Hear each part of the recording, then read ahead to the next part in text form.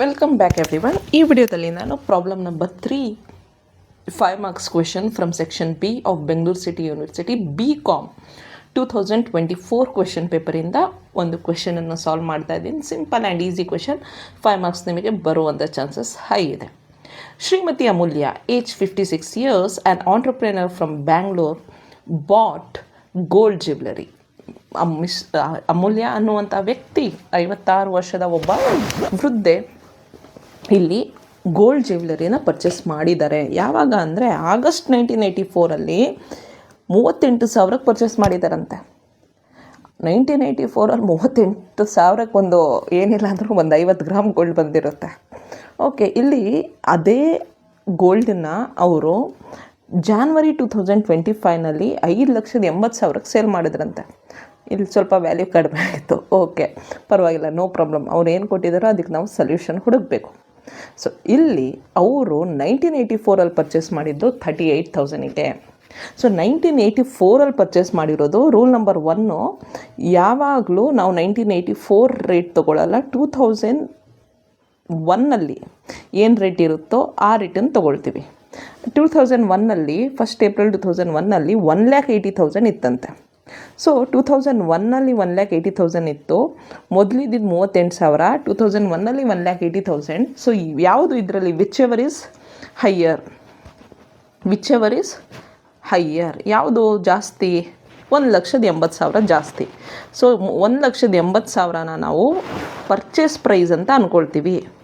Cost of ಅಕ್ವಿಸಿಷನ್ನು 1,80,000 ಅಂತ ಅಂದ್ಕೊಳ್ತೀವಿ. ಆವಾಗ CII ಬಂದು 100 ಬೇಸ್ ಇಯರ್. ಅದು 2001 ಇಸ್ ಅ ಬೇಸ್ ಇಯರ್. ಅವಾಗ CII ಇಸ್ 100. ಅದಾದ ನಂತರ ಈಗ 2025 ಜನವರಿನಲ್ಲಿ ಅವ್ರು ಸೇಲ್ ಮಾಡಿದ್ದಾರೆ. ಸೊ ಇದನ್ನು ಮತ್ತೆ ನಾನು ಇನ್ನೊಂದ್ಸಲಿ ಹೇಳ್ತಾ ಇದ್ದೀನಿ ಈ ವಿಡಿಯೋದಲ್ಲಿ. ಪ್ರತಿ ವಿಡಿಯೋದಲ್ಲೂ ಹೇಳ್ತಾನೆ ಇರ್ತೀನಿ, ಯಾಕಂದರೆ ನೀವು ಕಲಿಯೋದು ಮುಖ್ಯ. ನಾವು ಇನ್ಕಮ್ ಟ್ಯಾಕ್ಸ್ನ ಕ್ಯಾಲ್ಕುಲೇಟ್ ಮಾಡ್ತಾ ಇರೋದು 1st April 2024 31st March 2025 ಅದ ಮಧ್ಯದಲ್ಲಿ 27th July ತಾನೆ,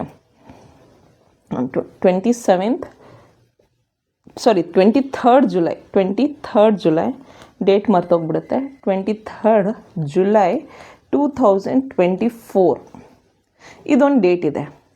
ಇಲ್ಲಿ ಹೊಸ ನ್ಯೂ ಟ್ಯಾಕ್ಸ್ ರೂಲ್ಸ್ ಬಂತು.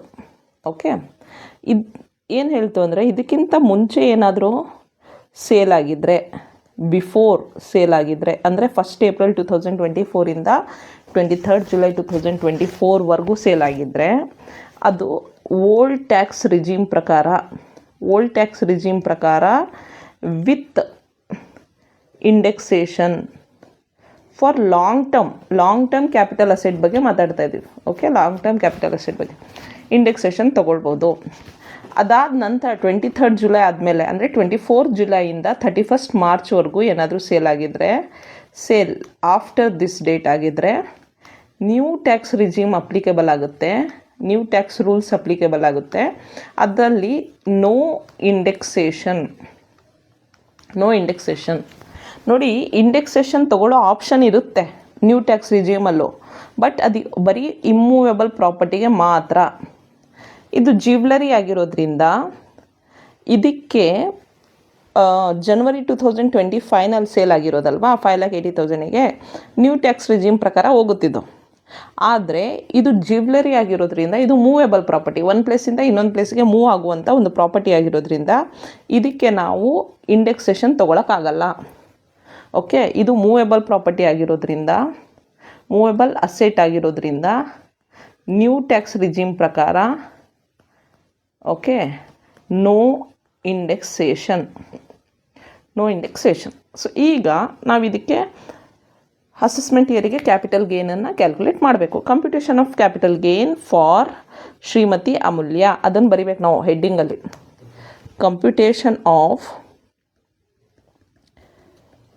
Taxable capital gain of Shrimati Amulya for previous year 2024-25 assessment year 2025-26 ಅಂತ ಹೆಡ್ಡಿಂಗ್ ಬರೆದು ಪರ್ಟಿಕ್ಯುಲರ್ಸ್ ಬರೆದು ಅಮೌಂಟ್ ಬರೆದ್ರೆ ಸಾಕು. ವರ್ಕಿಂಗ್ ನೋಟ್ ಅವಶ್ಯಕತೆ ಇಲ್ಲ ಎಕ್ಸಾಮಲ್ಲಿ, ನಾನು ಜಸ್ಟ್ ಇಲ್ಲಿ ಹಾಕಿದ್ದೀನಿ ಅಷ್ಟೇ.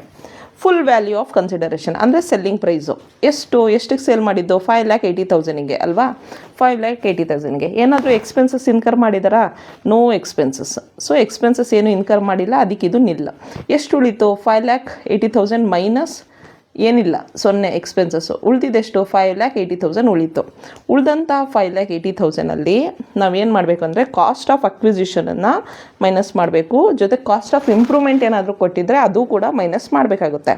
ಸೊ ಇಲ್ಲಿ ಕಾಸ್ಟ್ ಆಫ್ ಅಕ್ವಿಸಿಷನ್ ಕೊಟ್ಟಿದ್ದಾರೆ, ಆದರೆ ಕಾಸ್ಟ್ ಆಫ್ ಇಂಪ್ರೂವ್ಮೆಂಟ್ ಕೊಟ್ಟಿಲ್ಲ.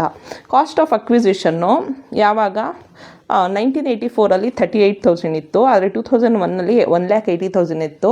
So which ever is higher, 1,80,000 is higher. So ಅದನ್ನು ನಾವು 1,80,000 ಕಾಸ್ಟ್ ಆಫ್ ಅಕ್ವಿಸಿಷನನ್ನು ತೊಗೊಂಡಿದ್ದೀವಿ. ನೆಕ್ಸ್ಟು ಲಾಂಗ್ ಟರ್ಮ್, ಇಲ್ಲಿ ಅದನ್ನು 5,80,000ಇಂದ 1,80,000 ಕಳೆದ್ರೆ ನಮಗೆ ಉಳಿಯುವಂಥದ್ದು 4 lakh. This is taxable long term capital gain ಆಗುತ್ತೆ. ಇದ್ರ ಜೊತೆ ಇನ್ ಕೇಸ್ ಏನಾದರೂ ಎಕ್ಸೆಂಪ್ಷನ್ಸ್ ಕೊಟ್ಟಿದ್ದರೆ ಆ ಎಕ್ಸೆಂಪ್ಷನ್ಸ್ನ ಕಳೆದ್ರೆ ನಮಗೇನು ಉಳಿಯುತ್ತೋ ಅದು taxable long term capital gain ಆಗುತ್ತೆ. ಇದು ತುಂಬ ಸಿಂಪಲ್ಲಾಗಿ ಡೈರೆಕ್ಟಾಗಿ ಕೇಳಿದ್ದಾರೆ ಕ್ವೆಶನು. 5 ಮಾರ್ಕ್ಸಿಗೆ ತುಂಬ ಈಸಿ. ಆದರೆ ನೀವು 15 ಮಾರ್ಕ್ಸ್ ಕ್ವೆಶನ್ಸನ್ನು ಕರೆಕ್ಟಾಗಿ ಅರ್ಥ ಮಾಡ್ಕೊಂಡ್ಬಿಟ್ರೆ, 12 ಮಾರ್ಕ್ಸ್ ಕ್ವೆಶನ್ ಸೆಕ್ಷನ್ ಸಿ ಕ್ವೆಶನ್ಸನ್ನು ಚೆನ್ನಾಗಿ ಅರ್ಥ ಮಾಡ್ಕೊಂಡ್ರೆ 5 ಮಾರ್ಕ್ಸ್ ಕ್ವೆಶನನ್ನು 2 ಮಿನಿಟ್ಸಲ್ಲಿ ಸಾಲ್ವ್ ಮಾಡಿಬಿಡ್ತೀರಾ ಎಕ್ಸಾಮಿನೇಷನಲ್ಲಿ. Okay, so I hope that you have understood how to solve this capital gains related problems.